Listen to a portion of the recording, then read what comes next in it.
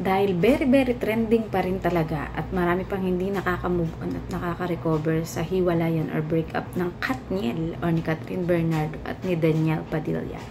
I will have my reaction video or kung ano yung masasabi ko tungkol sa hiwalayan nila.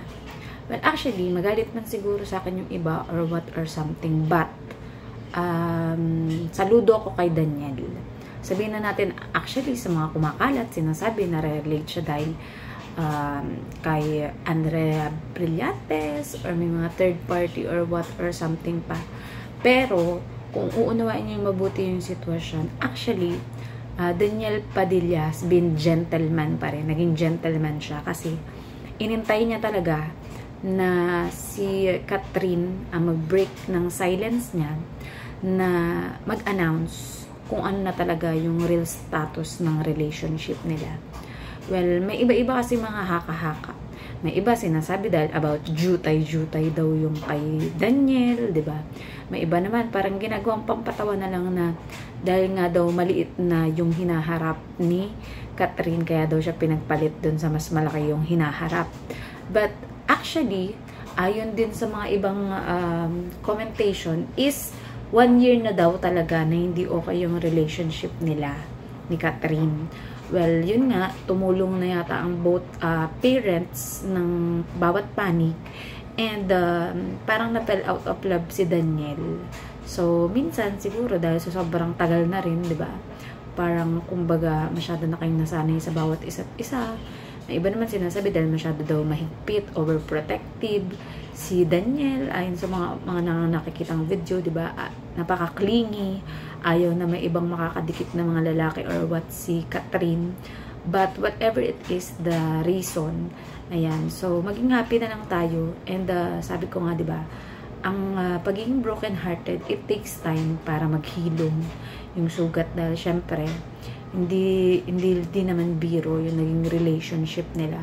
But yun, para sa akin, naging gentleman siya na inintay niya na si Catherine yung mag-announce that their chapter is closed. And yun na nga, hindi na siya mag-entertain ng mga tanong kung bakit. Siyempre, marami magtatanong niya, bakit kayo naghiwalay? Diba, ang tagal-tagal niyo na, ganyan-ganyan, nakakapanghinayang or what or something. But yun, tsaka dun lang nagkaroon ng reaction or post din si Danielle ng about sa, yun na nga, basta the confirmation is inintay lang niya na galing na mismo kay Catherine. So, yun, let's just pray and hope and alam niyo naman siya showbiz. Kaya nga mahirap pasukin na showbiz eh. Kaya ako hindi ko talaga pinapasok ang showbiz. Charot. Hindi, yun lang. At makakahanap pa rin naman sila ng mga tamang partner nila sa in the near future, diba? Tsaka alam niyo naman, sa atin, ang tawag dito, kahit nga mga mag-asawa na, diba? Mga couple mismo sa showbiz. O gagawin na lang natin example yung nangyari kay sa anak ni Robin Padilla, diba? Kay Kylie Padilla. Tsaka kay Aljur Abrenica, diba? So, nothing is permanent. Nothing is lahat nagbabago-bago. Hindi natin masasabi. But kung ganun man na hindi maganda yung nangyari, is let's just accept the truth. Move on pag may time. And then, let's pray na, hindi naman maging masakit yung hiwalayan nila. Kumbaga, pa rin sila, peace pa din sila. And they will stay and remain as friends. Dahil nagsimula naman sila as friends. So, yun lang ang aking masasabi.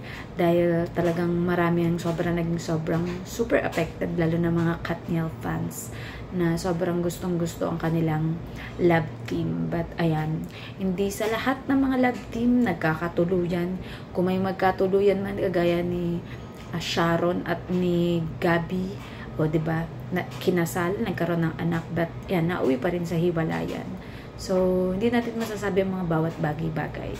So, always stay happy every day. Be positive and habang may buhay at nandyan si Lord, may pag-asa. So, that is my reaction video. Bye-bye! God bless! Mama! Chup-chup!